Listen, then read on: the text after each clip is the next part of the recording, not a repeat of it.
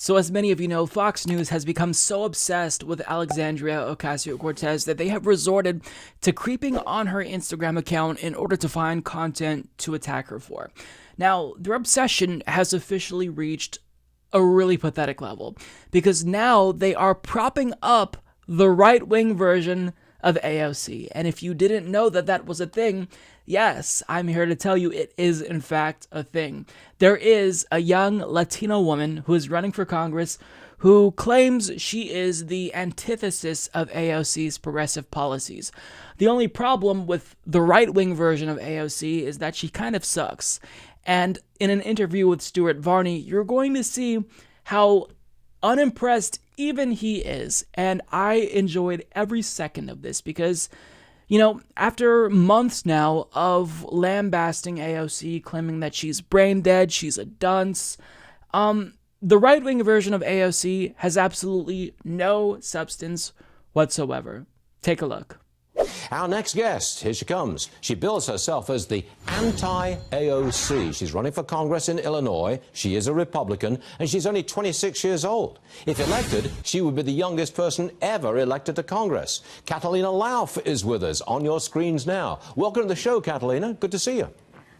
Hi, Stuart. Thanks so much for having me. You bill yourself as the anti-AOC candidate. So if you're anti-AOC, what are you in favor of? What do you stand for? Stuart, I'm not anti-anyone. I'm pro-America. And if there's contrast there, it's that I'm fiercely driven by a love for my country, I'm not driven by a hate for everything that it stands for, like somebody like AOC and the rest of her friends on the other side. What kind of policies do you favor? Sure. So I'm a huge free market conservative. I think that we should have a free market principles. The socialism rhetoric on the other side is so detrimental and so un-American that we need to get back to a framework where we are respecting where our Constitution stands and allowing individual and personal responsibility. Okay. Most young people that I know of your age are very much climate people. They want a climate plan. Where do you stand on climate change? Sure. I think we need to talk more on the economy and in a broader sense. I think climate change should be addressed, but the policies that the other side are trying to implement are completely ludicrous. I mean, think about the amount of money that they want to spend on that, and it just doesn't make sense. There are other policies that are way more paramount and important, and I think that millennials need to recognize that. Now, you are the daughter, I believe, of a legal immigrant. I think that's accurate in saying that. Okay. Now, where do you stand on this whole immigration issue? Because if someone like me said, look, I want something done about the 11 to 15 million illegals living in this country, I'm branded as a racist pretty fast. How about you? Where do you stand on this? No, the racism talk has got to end. Because we want safe and secure borders, and because there should be a process and we should promote legal immigration, how is that illogical to ask? My family came here in a way that was respecting the laws, and I think a lot of Hispanic Americans agree who have also respected the laws. That was amazing. If you're the anti-AOC, what do you stand for? Stuart, I'm not anti-anyone. I'm pro-America. And if there's contrast there, it's that I'm fiercely driven by a love for my country. I'm not driven by a hate of everything that it stands for. So let me remind you, he asked her what she stands for, and her answer can be reduced down to, I'm pro-America. Okay, great. When we ask where a politician stands, 9 times out of 10, we're trying to figure out where they stand with regard to policy, but I'm glad that you're pro-America. I'd kind of expect you to be pro-America if you're running for Congress, but nonetheless, Stewart followed up and said, okay, but what policies do you stand for? She then said, I'm a huge free market conservative.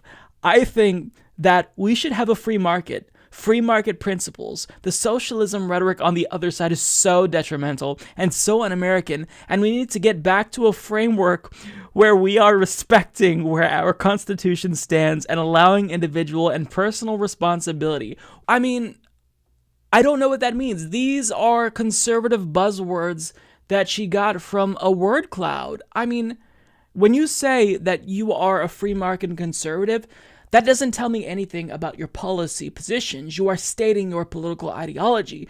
But if you are a free market conservative, what specific policy proposals would you implement that would complement your free market ideas? I mean, for example, do you think that a particular regulation or tax hinders the free market from flourishing in your district? What does getting back to a framework where we respect our Constitution look like in practice? What does that even mean? If you're going to criticize AOC, Fox, and say that she's dumb, then maybe don't prop up someone who's clearly not ready for primetime yet and say, hey guys, we've got the anti-AOC here, you should support her. But definitely not the real AOC, because she's stupid, she's dumb. Now, when it comes to climate change, Stuart Varney asked, what do you think about this issue? And she said, I think climate change should be addressed, but I think the policies the other side are trying to implement are completely ludicrous. I mean, think about the amount of money they want to spend on that. It just doesn't make sense. Okay, great. So you seemingly believe in climate change. That's better than I would have expected. However, you're a Republican. So, first of all, if you believe in climate change, then one, what policy do you want to implement to address climate change? And two, how are you going to convince your fossil fuel funded colleagues in the Republican Party to implement the policy that you want, given it actually is one that is good and sufficient?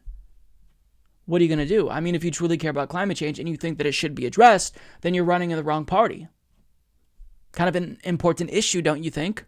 Additionally, towards the end, Stuart Varney revealed why he brought her on and why he decided to prop up someone who clearly doesn't really know anything about politics.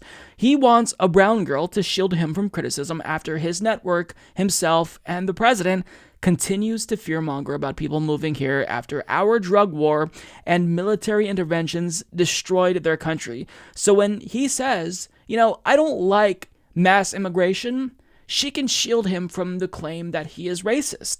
And like the useful idiot that she is, of course, she did exactly what he wanted. The only reason why she's there, the only reason why Fox News ever brings on members from marginalized communities when the Republican Party absolutely doesn't just not want to represent them, but actually doesn't like them, clearly as demonstrated by their actions, they bring them on because they want you to throw your community under the bus. And she did just that. And if you truly were only, against illegal immigration and you were pro-legal immigration, what did you have to say when Donald Trump made it more difficult for people to seek asylum at legal ports of entry? Because that is a legal form of immigration. If you get asylum here, you could one day be a citizen.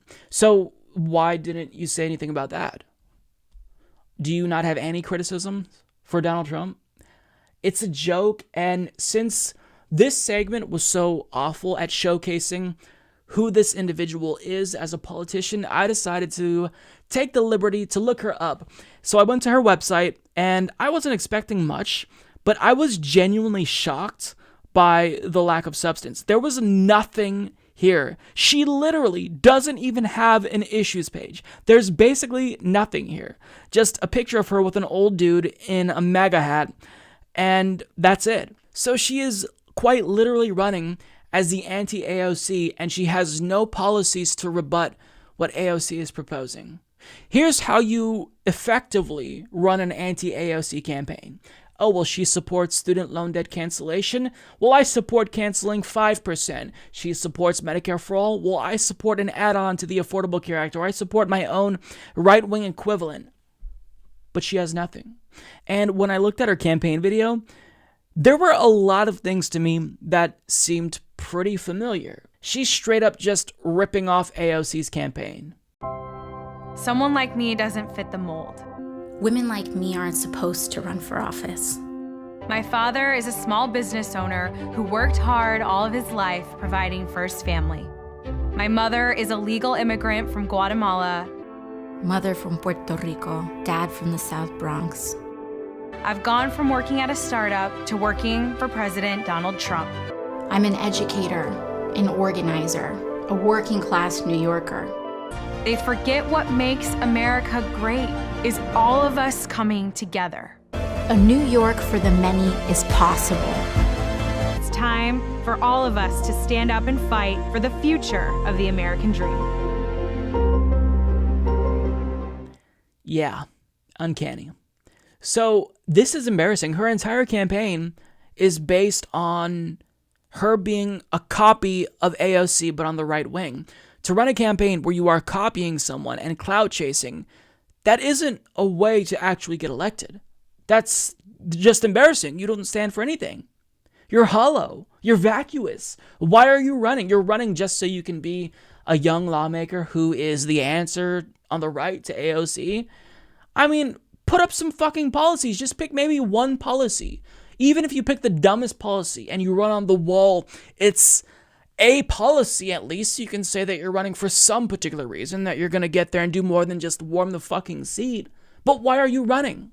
And I don't want to be too hard on her because she's young and, you know, it's hard to run for Congress, right? You're under scrutiny and whatnot. But I mean, if you are going to run for Congress, that is a tremendous responsibility if you are in fact elected. And to not bring anything to the table is downright embarrassing. You should be ashamed of yourself that you think you're qualified to run for Congress when you literally can't name a single policy proposal on Fox News. Like he was handling you with kid gloves and you still fumbled that interview. Shameful. Now, that's not to say that she's different than any other Republican. They all are vacuous. But I mean, if you're at least somewhat politically savvy, you're going to name one stupid-ass right-wing policy. She can't even do that. She just is thinking that she's going to win by coasting on AOC's name recognition and clout chasing. I mean, maybe it'll work because it's the Republican Party, but it's still not something that you should be too proud of. You could support the Humanist Report at patreon.com/Humanist Report. But trust me, I'd have way more supporters on Patreon if that was my podcast. Sad.